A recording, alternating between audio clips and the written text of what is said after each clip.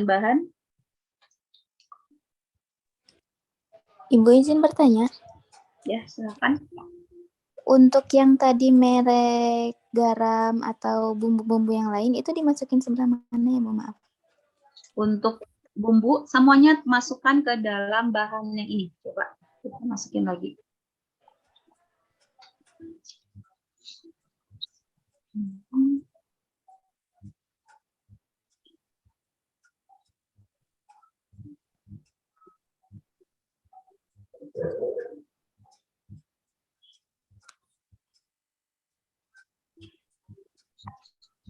Nah, di sini, Bu. Jadi semua bahan dimasukkannya di sini, ditambah. Nanti bisa cari bahan, bisa tambah. Ya, ketika sudah dimasukkan satu bahan, nanti klik tambah. Kata dia, mau dimasukin bumbu apa aja, Bu? Pakai garam sama Royco gitu-gitu, Bu. Ya, nanti garam dulu satu, habis itu tambah. Royco, habis itu tambah. Apa lagi? Gitu. Oke. Sama satu lagi, Bu. Ya, gimana?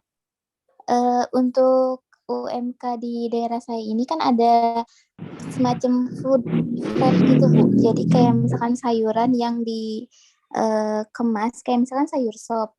Itu tuh nggak dimasak sama dia, jadi cuma sayuran dalam mentahnya aja yang dijual dan dikemas. Itu masih bisa di sertifikat.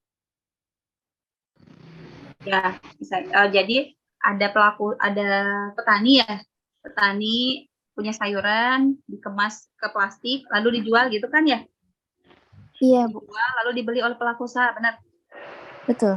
Ya, berarti masih kan itu nggak diolah ya, nggak jadi kayak nggak ada bahan tambahan atau proses pengolahan lebih. Paling kan dicuci doang kan ya, cuci sama dimasukin ke kemasan. Berarti si sayurnya masih terkategori sebagai positive list. Kecuali kalau sayurnya itu ditambahkan lagi, misalnya biar tahan lama, dikasih bahan pengawet apa gitu. Nah, itu berarti ada pengolahan berarti di situ namanya. Tapi kalau misalnya hanya dicuci, disimpan dalam bentuk plastik, lalu dijual ke pasar tradisional mungkin, atau pasar biasa, kemudian dibeli pelaku usaha, kemudian dijadikan sebagai bahan bakunya atau bahannya untuk melakukan proses produknya, ya berarti itu terkategori sebagai bahan positif list. Gitu. Jadi untuk itu nggak bisa didaftarin ya, Bu?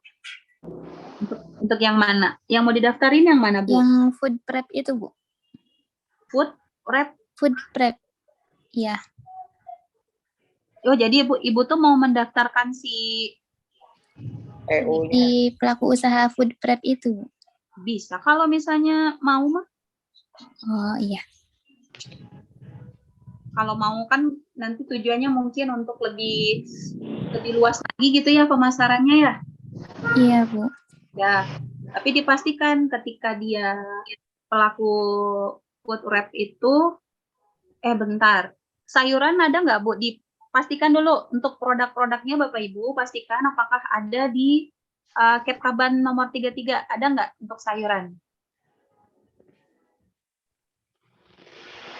Ya, kita lihat bersama. Kepkaban 33. Atau Bapak Ibu ada pertanyaan lain, silakan sambil mencari. Saya, Bu. Saya. Ya, silakan, Pak. Bu, kalau misalnya kan biasanya kalau produk UMKM itu beli kemasannya eceran, Bu. Nah, itu apa kita memastikan bahwa produk kemasannya itu UMKM ke produk. Kan biasanya membeli produk kemasannya itu eceran, Bu. Eceran teh dibeli eceran, Pak? Biasanya dia kan misalnya beli apa? Ya. Kardusnya itu biasanya eceran gitu. Tapi kan biasanya di kardusnya itu nggak ada mereknya gitu. Ecerannya kan misalnya seperti tepung terigu eceran gitu menurut Bapak? Gimana, Ibu? Yang eceran teh apa yang dibelinya eceran, Pak? Kemasannya, Bu. Kemasan dari kan biasanya plastik. Ya kayak plastik atau kardus yang dibuat buat kemasan produk UMKM. Ya, nah sebenarnya kalau untuk plastik sampai saat ini harusnya kan ada sertifikat halalnya ya Pak ya, tapi kan masih terbatas.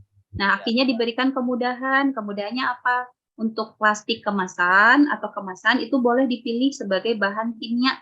Jadi jatuhnya sebagai bahan yang tidak diragukan, jadi nggak perlu ada sertifikat halalnya. Ya, kalau Saya misal tanya Bu, gimana Pak? yang tadi Ibu bilang, Enak, benar dulu. Yang tadi Bapak yang nanya bisa dimengerti Pak atau Ya bisa Bu, bisa. ya silakan Pak. yang tadi Ibu bilang kalau misalkan memang eceran bahannya ya Bu, kayak misalkan gula eceran atau enggak gula eceran yang di plastik itu loh Bu, yang di plastik-plastik Ya. tomat gitu yang biasa kita beli di warung. Iya betul. Itu Ya. masuknya bakalan positive list atau bagaimana? Nah, ini makanya nih, gula menurut Bapak positif list atau kritis? Kritis. Sebenarnya kritis. Ya, kritis. Nah, ketika bahan kritis